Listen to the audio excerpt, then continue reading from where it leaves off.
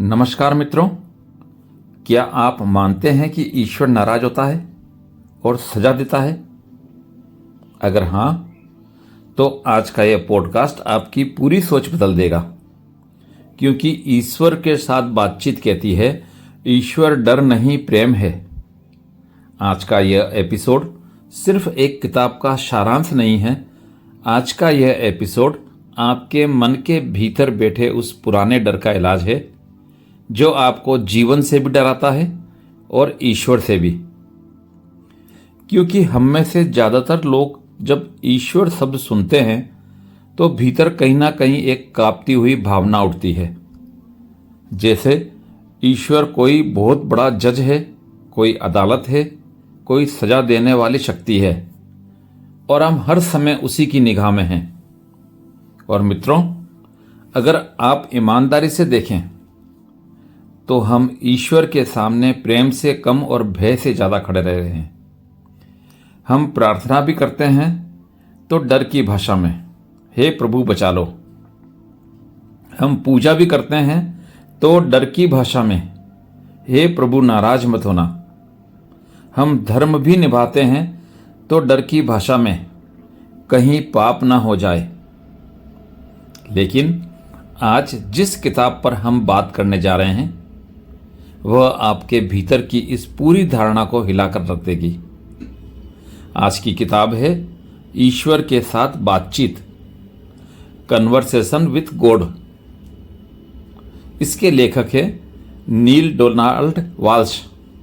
और मित्रों, यह किताब साधारण धार्मिक किताब नहीं है। यह किताब किसी मंदिर की दीवारों में बंद ईश्वर की बात नहीं करती। यह किताब किसी एक धर्म का प्रचार नहीं करती।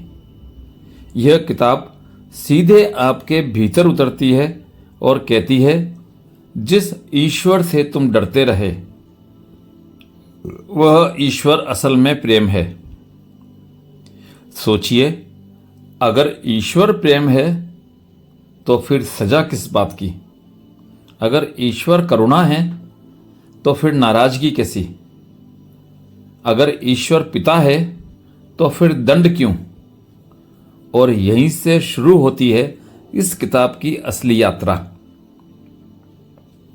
नील डोनाल्ड वाल्श कोई सन्यासी नहीं थे, कोई साधु नहीं थे, वह भी एक साधारण इंसान थे।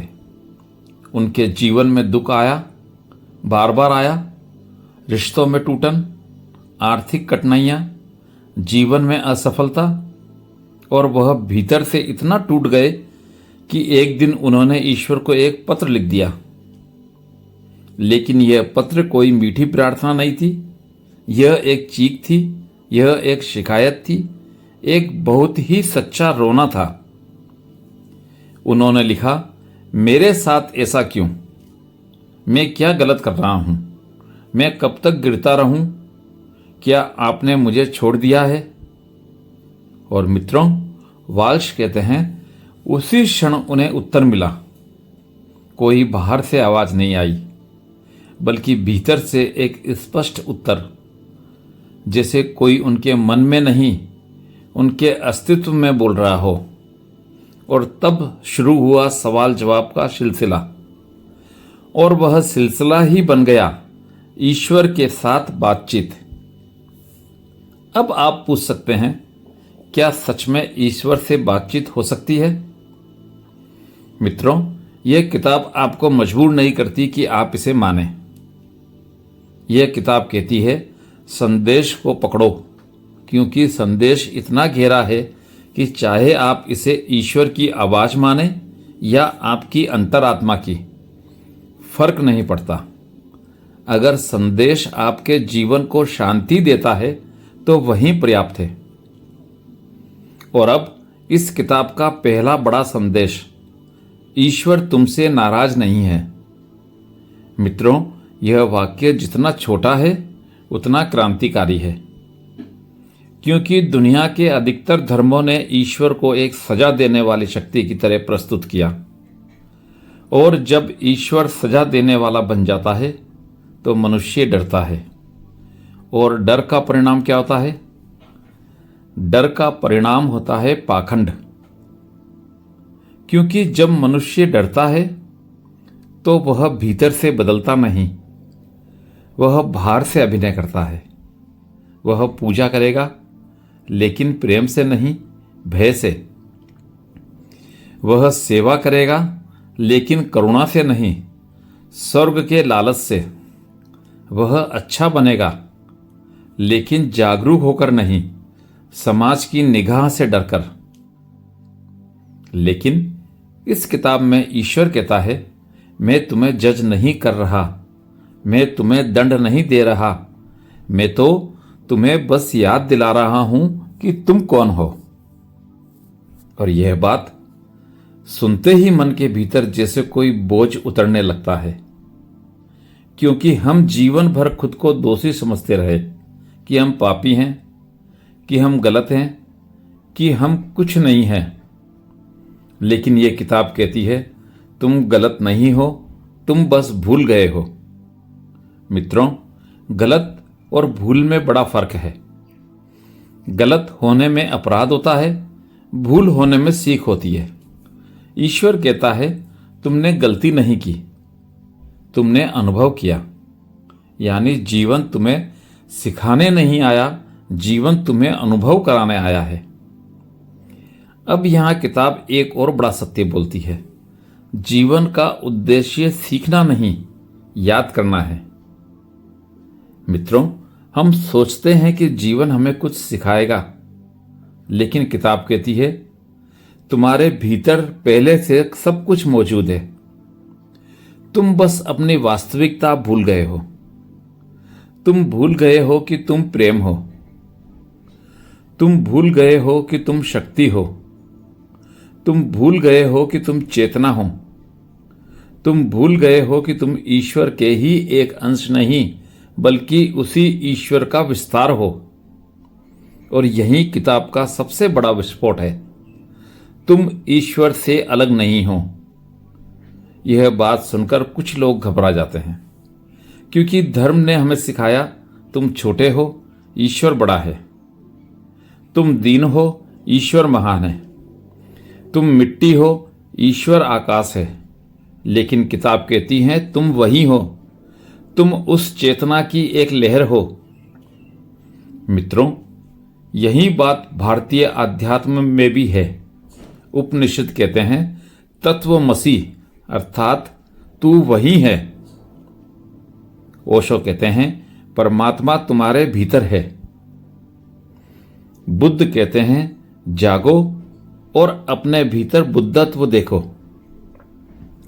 तो ये किताब उसी सनातन सत्य को आधुनिक भाषा में सामने रख देती है। और फिर एक बहुत सुंदर बात आती है, ईश्वर को पाने की कोशिश मत करो, क्योंकि ईश्वर खोया नहीं है। आप सोचिए, अगर ईश्वर सर्वत्र है तो उसे ढूंढने का अर्थ क्या? अगर ईश्वर आपके भीतर है तो उसे बाहर क्यों ढूंढना? इसलिए किताब कहती है, खोज बंद करो, पहचान शुरू करो, याद करो कि तुम पहले से ही उसी का हिस्सा हो। और मित्रों, जब यह बात भीतर उतर जाती है तो आपका जीवन बदलने लगता है, क्योंकि फिर आप दूसरों को भी अलग नहीं देखते, फिर आप किसी को छोटा नहीं समझते, फिर आप किसी को दुश्मन नहीं बनाते, फिर आप नफरत नहीं कर पाते। क्योंकि किताब कहती है, जिसे तुम चोट पहुंचा रहे हो वह भी मैं ही हूं, जिसे तुम प्रेम दे रहे हो वह भी मैं ही हूं। और यहीं से आती है रिश्तों की बात। किताब कहती है, रिश्तों की सबसे बड़ी बीमारी जरूरत है। हम कहते हैं, मुझे तुम चाहिए, मैं तुम्हारे बिना नहीं रह सकता, तुम मेरे हो, और हम इसे प्रेम समझते हैं। लेकिन किताब कहती है, यह प्रेम नहीं है, यह भय है, यह डर है अकेलेपन का, यह डर है असुरक्षा का, यह डर है कि मैं अधूरा हूं। सच्चा प्रेम कहता है, मैं पूरा हूं, फिर भी मैं तुम्हारे साथ होना चाहता हूं। सच्चा प्रेम अधिकार नहीं मांगता, सच्चा प्रेम बंधन नहीं बनाता, सच्चा प्रेम स्वतंत्रता देता है।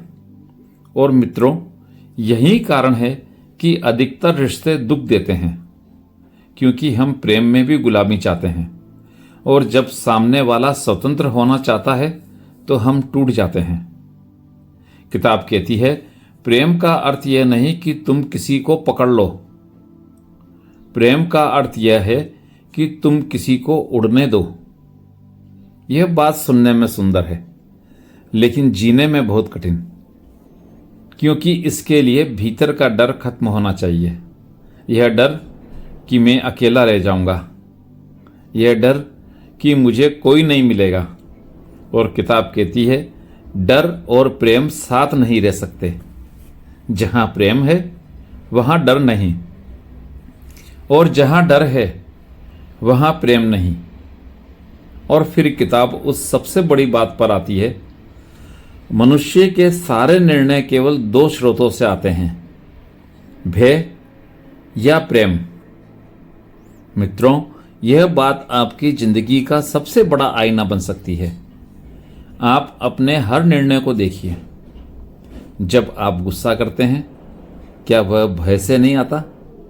जब आप झूठ बोलते हैं, क्या वह भय से नहीं आता? जब आप दूसरों से तुलना करते हैं, क्या वह भय से नहीं आता? जब आप किसी से जलते हैं, क्या वह भय से नहीं आता? जब आप बहुत ज्यादा पैसे के पीछे भागते हैं, क्या वह भय से नहीं आता? भय कि मैं कम पड़ जाऊंगा, भय कि मैं असफल हो जाऊंगा। और जब आप किसी को माफ करते हैं प्रेम से, जब आप किसी को समझते हैं प्रेम से, जब आप किसी की मदद करते हैं प्रेम से, जब आप बिना कारण मुस्कुराते हैं प्रेम से, तो किताब कहती है, अपने जीवन में बस एक काम करो, डर से प्रेम की तरफ शिफ्ट हो जाओ। क्योंकि डर आपको सिकोड़ता है और प्रेम आपको फैलाता है। डर आपको छोटा बनाता है और प्रेम आपको विशाल बनाता है। अब किताब प्रार्थना की परिभाषा भी बदल देती है। यह कहती है, प्रार्थना भीख नहीं है, प्रार्थना घोषणा है। हम हमेशा ईश्वर से मांगते रहे, मुझे यह दे दो, मुझे वह दे दो, मेरी समस्या हल कर दो। लेकिन किताब कहती है, मांगने का अर्थ ही यह है कि तुम्हें विश्वास नहीं कि तुम्हें मिलेगा। तुम जिस चीज को मांग रहे हो, तुम उसके अभाव में हो, और अभाव की चेतना अभाव को बढ़ाती है। तो क्या करें? किताब कहती है, पहले उस अवस्था में जियो जैसे वह पहले से मिल चुका है। पहले हौन बनो, फिर पाना होगा। और मित्रों, यह बात मनोविज्ञान भी कहता है, आप जिस चीज पर ध्यान देते हैं, आपकी चेतना उसे ही बड़ा करती है। अगर आप हमेशा कमी देखते रहोगे तो कमी बढ़ेगी। अगर आप हमेशा कृतज्ञता में रहोगे तो समृद्धि बढ़ेगी। और फिर किताब पाप पुण्य की बात करती है। वह कहती है, ईश्वर ने पाप नाम की कोई व्यवस्था नहीं बनाई, मनुष्य ने बनाई है ताकि नियंत्रण कर सके। किताब कहती है, तुमने जो भी किया वह अनुभव है, और अनुभव से तुम जागोगे। ईश्वर तुम्हें सजा नहीं देता, वह तुम्हें समझता है, वह तुम्हें समझाता है। और यह बात इंसान के भीतर अपराध बोध को मिटाती है, क्योंकि अपराध बोध ही सबसे बड़ा जहर है जो इंसान को भीतर से तोड़ देता है। और किताब कहती है, खुद को माफ करो, खुद को स्वीकार करो, क्योंकि जब तुम अपने आप को स्वीकार करते हो तभी तुम बदल सकते हो। मित्रों, इस किताब का अंत एक बहुत ही प्यारे संदेश के साथ होता है। ईश्वर हर समय बोल रहा है, लेकिन तुम सुनते नहीं। वह किसी दोस्त की बात में बोलता है, वह किसी किताब की लाइन में बोलता है, वह किसी बच्चे की मुस्कान में बोलता है, वह किसी दुख के जरिए भी बोलता है ताकि तुम जाग सको। किताब कहती है, हर घटना संदेश है, हर अनुभव संवाद है, हर मोड़ पर ईश्वर तुम्हें कुछ याद दिला रहा है।